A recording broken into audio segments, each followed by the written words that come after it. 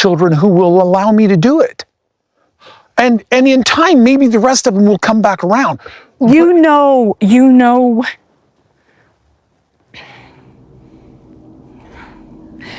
that my biological father. This is the story, though many might call it a cautionary tale, of how Cody Brown and Robyn Brown, once perched atop the peculiar world of reality television fame, slowly and painfully lost everything they had spent years constructing, not merely in material terms but in reputation, in financial credibility, in social standing, and ultimately even in the delicate internal bonds that tether a family to a shared dream. And while much of the world will only ever glimpse a polished, carefully curated narrative from the cameras of TLC, we have undertaken to unearth the details that the network never intended you to see. Details pieced together through conversations with those once close to the Browns, analysis of financial documents, snippets of whispered recollections, and a timeline that stretches back many months, if not years, to when the cracks first began to show in the carefully painted picture of marital harmony and polygamous adventure. So before one can fully comprehend how two individuals once residing in a $1 million home in the mountains of Flagstaff, Arizona ultimately found themselves humiliated, defeated, and forced into the narrow confines of a borrowed double-wide trailer on the margins of nowhere, it is essential to revisit the sequence of events that led to this financial implosion, a downfall that is at once extraordinary and depressingly predictable. For like many tales of hubris, ego, and denial, it follows a trajectory that countless families, albeit on smaller scales, have trodden, though never under such glaring public scrutiny. And while the television audience may have been charmed, enraged, or entertained by the weekly spectacle of sister wives, what unfolded behind the scenes was a devastating collapse of a man's grandiose ambitions and a woman's desperate attempts to preserve a fantasy life that was crumbling around her. So to appreciate this descent fully, we must go back not just to the departure of Christine, then Janelle, and finally Mary, each exit an emotional and symbolic blow to Cody, but more significantly, a brutal severing of income streams. For the Brown family's finances had always been a precarious ecosystem delicately balanced on the TLC paycheck, a pool divided amongst the four wives. And with 3 of those pillars gone, the entire financial burden fell squarely upon Cody and Robyn and their 5 children. And though viewers and commentators alike speculated endlessly about how such an arrangement could possibly sustain the extravagant mortgage on that massive Flagstaff property, not to mention the property taxes, utilities, Robyn's shopping indulgences, and Cody's various expensive hobbies, including his well-documented obsession with oversized trucks, the truth, confirmed by insiders, was brutally simple. They could not afford it, not even close. Yet rather than confront this glaring reality, Cody, ever the patriarch convinced of his own genius, embarked upon what he fancied a bold new financial endeavor, a last-ditch, ego-driven crusade that would ultimately prove the final nail in their financial coffin. For according to sources with intimate knowledge of the Browns' business dealings, he siphoned what remained of their dwindling capital into a venture laughably christened Patriarch Prime Principles, which he envisioned as a hybrid of online subscription service, motivational self-help empire, and personal coaching network for men, supposedly, eager to reclaim their masculine thrones and lead their households with what he termed unwavering authority, a concoction equal parts multi-level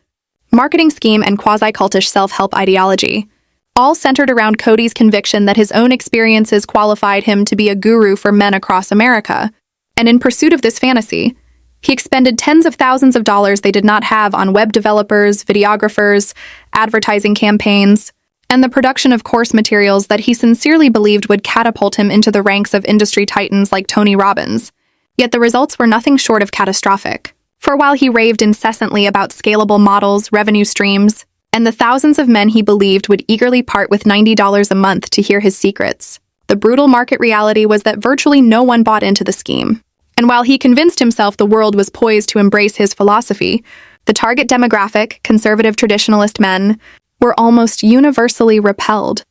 unable to reconcile his pompous rhetoric with the humiliating reality that he had publicly lost the respect, obedience, and partnership of 3 wives, a contrast so glaring that it rendered his self-appointed kingship a farce, and so the venture, after 6 months, had netted less than $5,000 against an investment of over $80,000, a hemorrhaging of funds that would have been disastrous, even for a financially stable household, but was positively ruinous for the Browns. And while Cody wasted their last savings chasing delusions of grandeur, the other side of the financial equation was equally bleak. For Robyn, by all accounts, descended into a psychological state of profound denial, unable or unwilling to adjust her lifestyle to their diminishing means, and according to witnesses, packages arrived almost daily at their Flagstaff home, filled with designer clothing for the children, expensive home decor, unnecessary gadgets, trinkets and luxuries that perhaps provided her fleeting comfort, but pushed them ever deeper into insolvency. Behavior which, according to one anonymous source, reflected her terror of sliding back into the poverty she had endured prior to marrying Cody, a terror so consuming that she clung to the illusion of affluence with frantic spending, as though by continuing to act wealthy she might will the reality into existence. And thus a perfect storm was created. Cody, narcissistically doubling down on a business venture that had already proven a failure, pouring good money after bad while refusing to admit defeat, and Robyn, equally blinded by fear, spending recklessly to maintain appearances, together becoming a runaway train of debt and denial. And the first tangible evidence of trouble emerged in public records, showing a second mortgage on the Flagstaff property. Money almost certainly used both to fund Cody's doomed business and to service mounting credit card debts. But such maneuvers could only delay the inevitable. And within a year, payments were missed, then another. And the bank's increasingly threatening letters, which sources claim Cody hid from Robyn, began to accumulate. Yet Cody clung to the delusion that Patriarch Prime would soon take off, that he needed just a bit more time, just a bit more capital. So desperate was he that he even approached old friends and members of their former church seeking loans, only to find his reputation as a failed leader and divisive husband made him toxic. And thus the end arrived one Tuesday morning in early spring when, as an insider recounted, the Browns' illusion was shattered by the knock of a county sheriff bearing a foreclosure notice granting them 90 days to vacate their home. And though Robyn at first reacted with hysterical disbelief, accusing Cody of hiding the truth, and Cody responded with rage and humiliation, deflecting all responsibility by blaming his ex-wives for allegedly sabotaging his reputation, the fact remained that the family was penniless, credit ruined, options exhausted, and the ensuing 90 days were marked by shame, panic, and an agonizing realization that they could not even secure a rental in Flagstaff, their foreclosure making them pariahs in the eyes of landlords. So they were reduced to packing their vast home themselves, unable to afford a moving company, reliant upon a handful of reluctant church acquaintances and members of Robyn's extended family. And witnesses described surreal scenes of Robyn collapsing into tears over porcelain dolls and figurines, lamenting, "These are my memories, this is all I have," while Cody drifted between numb silence and violent outbursts, retreating to his truck to stare into space before returning to hurl objects into boxes, behavior that terrified their children, who withdrew in fear, a haunting contrast to earlier family moves when, despite chaos, there had been a semblance of collective effort. Whereas now it was merely Cody, Robyn, a few reluctant helpers, and 5 frightened children left to dismantle a life that had been propped up by denial. And as the eviction deadline approached, with every rental application denied and no savings for a deposit, it was Robyn, ironically, who made the most humiliating call of her life, reaching out to a distant cousin named Darlene, with whom she had not spoken in nearly a decade. And though Darlene harbored disdain for Cody, having watched the show and formed an unfavorable opinion, she reluctantly agreed to let them occupy a long-abandoned double-wide trailer on her rural property in northern Arizona, albeit with strict conditions, rent in cash at the start of each month, a month-to-month arrangement, and a stern warning that this was a business transaction, not a handout. And so it was that Cody and Robyn, once self-styled royalty of polygamous television, were reduced to exiles not in a palace or mansion but in a dilapidated trailer, their belongings crammed into a rented U-Haul driven by Cody himself, expensive leather sofas too large to fit, the grand dining table sold for a pittance online, the rest consigned to a storage unit they could scarcely afford. And when they finally arrived late one night, headlights illuminating the sagging trailer that was now their home, witnesses described the children's stunned silence, the vibrancy gone from their voices, Aurora on the verge of panic, the weight of humiliation settling upon them all. The first week inside that weary trailer was, by every conceivable measure, an initiation into a living purgatory, a dismal and degrading come-down for a family that had once strutted about the vast expanse of a 4,400-square-foot home, with wide corridors, spacious bedrooms, and a sense of status that lent them the illusion of stability, now suddenly compressed into a suffocating space that resembled not a family dwelling, but rather a pressure cooker where human tempers simmered and boiled over, a fragile box in which every muffled whisper, every cough, Every cry of a restless child and every sigh of frustration reverberated through paper-thin walls, amplifying their humiliation. And the children, 5 of them used to having rooms of their own or at least a semblance of space to retreat to, were now corralled into 2 small bedrooms that barely allowed them to stretch out without clashing elbows, a reality that bred irritation and despair, whilst Kody and Robyn, the self-proclaimed king and queen of their fractured household, were forced into a bedroom so narrow and meanly proportioned that even their bed seemed oversized. A grim parody of marital intimacy, where the lack of privacy was a constant reminder that their kingdom had been reduced to rubble, and the plumbing, unreliable and faulty, mocked them each morning as the hot water sputtered and vanished after a single hasty shower, forcing the others to endure the cold or to go without, whilst the air conditioning, ancient and wheezing, groaned with futility against the merciless Arizona sun, barely cooling the trailer by a degree, turning each day into a cruel joke of endurance and heat that pressed upon their skin and spirit alike. And then there was the kitchen, if such a title could even be given to that narrow galley of peeling linoleum and faded laminate countertops left over from the 1980s, the flooring curling at the edges like brittle parchment, the cupboards cheap and stubborn, the stove an erratic electric contraption that hissed and sputtered with every attempt to cook. And for Robyn, whose self-image had long been rooted in the gleam of a pristine kitchen, a well-stocked pantry, and the space to host and entertain, to find herself reduced to cooking in a space no larger than the walk-in wardrobe she once took for granted was more than a simple inconvenience. It was an assault upon her pride, a daily humiliation that corroded her sense of self and mocked every decision that had brought her there. And so the arguments between her and Kody were not the polished, philosophical debates about family culture, spiritual identity, or plural marriage that had once been paraded before the cameras for millions of viewers, but ugly, raw, unvarnished battles between 2 people who could no longer mask the truth, that they were trapped in a nightmare entirely of their own making, their fights petty yet brutal, centered not on lofty ideals but on the everyday agonies of survival, money that seemed to vanish as soon as it arrived, space that was never enough, the unbearable din of restless children caged within thin walls, the endless bickering over whose turn it was to jiggle the toilet handle that never ceased running, 1,000 small indignities that piled into a mountain of resentment, and Kody, once so puffed up with importance, once striding through vast homes declaring himself patriarch of a clan worthy of reality television, now found himself stripped of all the trappings of power, reduced to a ghost haunting his own life, and he would sit for hours upon the rusted metal steps that led down from the trailer, staring vacantly at the dirt and dust, as though he might find some fragment of his vanished grandeur in the barren earth.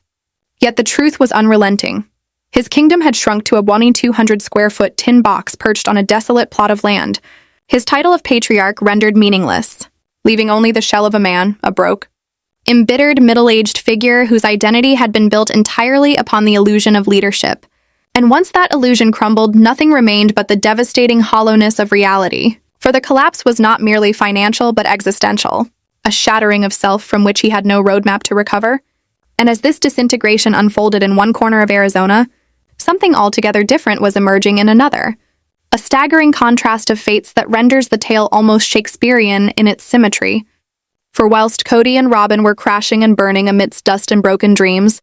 Christine, Janelle, and Mary, the original wives, long suffocated under Kody's rule, were rising from the ashes like phoenixes, embracing freedom with a vigor that astonished those who watched. And it began with a bombshell announcement that sent tremors through the Sister Wives universe. For at last these 3 women, no longer shackled to Kody's control, had formed their own media company, christened with a name that was at once evocative and defiant, Sisterhood Rising Media, a title that was not merely a corporate label, but a mission statement, a declaration of independence and renewal, signaling to the world that they were now taking command of their own narrative, their own careers, and crucially, their own financial futures, and their first project. Long rumored and much anticipated, was no simple memoir but a manifesto in book form, a tell-all that promised not merely to recount events but to dissect, to expose, to lay bare the psychological and emotional intricacies of their years under Kody's dominance. And the publishing world responded with fervor, granting them a 6-figure advance from a major New York house, the title alone a stroke of genius. Unmarried, surviving a patriarch, a phrase that landed like a thunderclap, both a direct shot across Kody's bow and a fierce proclamation of resilience. And those who glimpsed early drafts of the manuscript described its contents as devastating. Christine writing with unsparing honesty about the years she had felt unheard, unloved, diminished, a chronicle culminating in her final, heartbreaking but liberating decision to leave, whilst Janelle, ever the pragmatic one, broke down in forensic detail the financial shell game that had defined their lives, exposing how Kody's whims and reckless choices had repeatedly dragged the family to the brink of financial ruin, and Mary, whose silence had long been misinterpreted, poured forth revelations that startled even seasoned observers, giving her unvarnished account of the infamous catfishing scandal and, more explosively still, confessing that her emotional estrangement from Kody predated the television cameras by years, perhaps decades, painting a portrait of a marriage already long fractured. And the book, once released, became nothing short of a cultural phenomenon. Shooting to the top of the New York Times bestseller list within a week, the media tore a triumph that redefined the women in the public imagination, no longer appearing as appendages of Cody Brown but as articulate, poised, empowered authors and entrepreneurs, survivors with a message that resonated across continents, and their unity, forged not through Kody's dictate, but through shared struggle and emancipation, gave them a strength that Kody could neither fathom nor replicate. And meanwhile, the land of Coyote Pass, once a symbol of Kody's dreams and countless broken promises, took on a new life in their hands for Janelle, armed with her portion of the book advance and a shrewd small business loan, began to build. Not the sprawling polygamist home Kody had fantasized about, but something altogether different. Something visionary, the Coyote Pass Empowerment Retreat, a center for women emerging from difficult, controlling or oppressive circumstances, a place of workshops, healing, and community, turning the very soil that had embodied frustration into a beacon of hope, and in a stroke of cosmic irony that could scarcely be scripted. The first foundation was poured in the very same week that Kody and Robyn received their foreclosure notice, the contrast so sharp it might have been conjured by fate itself. And whilst the OG3 basked in headlines and television appearances, Kody and Robyn simmered in envy and despair, the success of the women twisting the knife in wounds already deep. For Kody, it was nothing less than betrayal, a perception that they had dared to profit from his downfall, erecting their empire upon the ruins of his name. And for Robyn, who had once relished her position as favored wife, it was something more complicated. For envy gave way to desperation as the bills mounted. Cousin Darlene's demands for rent became insistent, the cupboards thinned,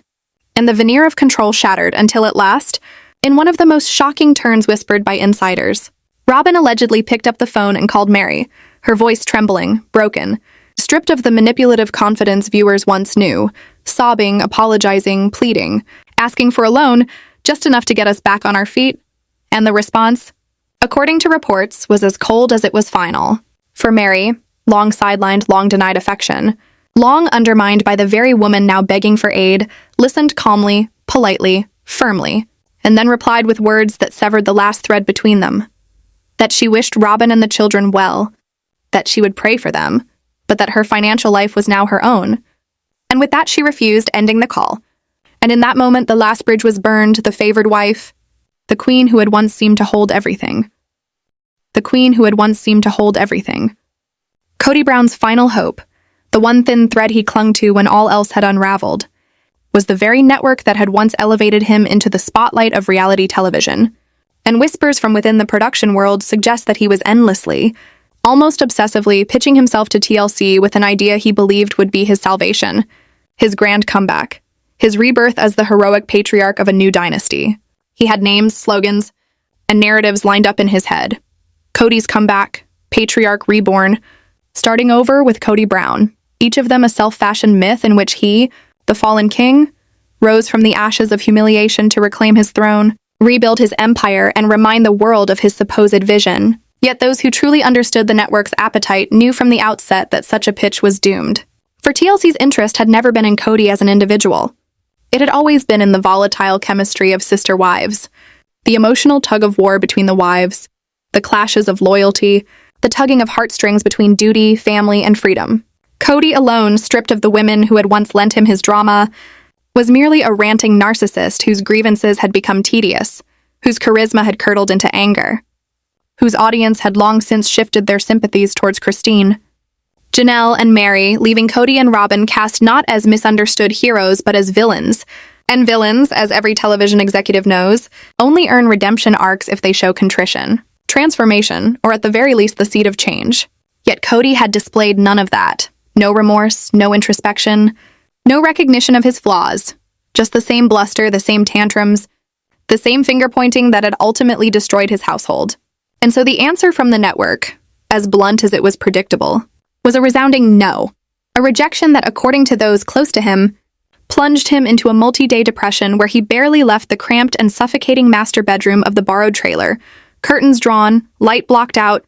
as he lay in a sulk that resembled the collapse of a toppled monarch who had discovered too late that his crown was made of tinfoil. Meanwhile, as Kody wallowed and Robyn rationed household essentials to stretch their dwindling resources, the trio of women he had once kept under his thumb, Christine, Janelle, and Mary, were not merely surviving but soaring,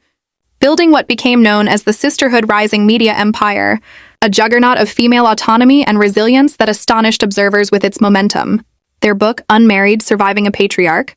was not only a commercial success but a cultural landmark. Embraced by book clubs, dissected on daytime talk shows, hailed as a manifesto by women who had endured relationships in which their voices had been stifled. And the audiobook, read by the women themselves, their voices strong, trembling at times with emotion but always authentic, swept up awards, while the paperback rights fetched a handsome sum, and soon rumors circulated of film adaptations, dramatizations, and television tie-ins, each one further cementing the trio's ascension. Yet their ambitions did not stop at the printed page. They launched a podcast, also under the Sisterhood Rising banner, and it became an immediate chart topper, drawing listeners with its mixture of wisdom, humor, vulnerability, and practical advice on themes ranging from financial independence to leaving toxic relationships. From co-parenting after painful separations to rediscovering one's identity in midlife and the authenticity of their voices, the relatability of their struggles resonated profoundly, leading to advertising revenues that industry insiders described as staggering. Within this growing enterprise, each woman found her niche and her power. Mary, who had once wrestled with feelings of invisibility, emerged as the chief operating officer, her business acumen honed through her ventures with LuLaRoe and her bed and breakfast, now wielded to negotiate contracts, manage finances, and chart strategies. And she thrived not as a sister wife overshadowed by others, but as a respected leader, her authority uncontested, her satisfaction apparent to all who knew her. Whilst her Heritage Inn flourished, profits feeding back into the Sisterhood Rising coffers, Christine, the heart and face of the movement, radiated joy and charisma, her digital cooking show, Cooking with Christine, evolving into a brand that attracted sponsorships from household names in the food industry. Her home in Utah, purchased outright with her own earnings, a tangible symbol of her independence, her proximity to children and grandchildren filling her life with the fulfillment she had long craved, her smile embodying the triumph of a woman who had dared to choose happiness over obligation. And Janelle, ever the architect and pragmatist, spearheaded the most ambitious venture of all, the Coyote Pass Empowerment Retreat, where, on groundbreaking day, surrounded by children and grandchildren, wearing a hard hat and gesturing at blueprints, she radiated authority, determination, and vision, unshackled from the indecisive dithering of men, building cabins, lodges, studios, and trails with steel and concrete, forging partnerships with wellness brands and therapists, creating a legitimate, well-funded retreat that transformed once fallow land Cody had let stagnate, into a haven of healing and prosperity. This unstoppable ascent of the OG3 was, to Kody and Robyn, nothing less than psychological torture. Every magazine cover that celebrated their victories, every television segment that praised their courage, every Instagram post that glittered with triumph was salt in wounds that would not heal. And whether by design or not, the trio's every success seemed to slice deeper into Kody's pride. The most devastating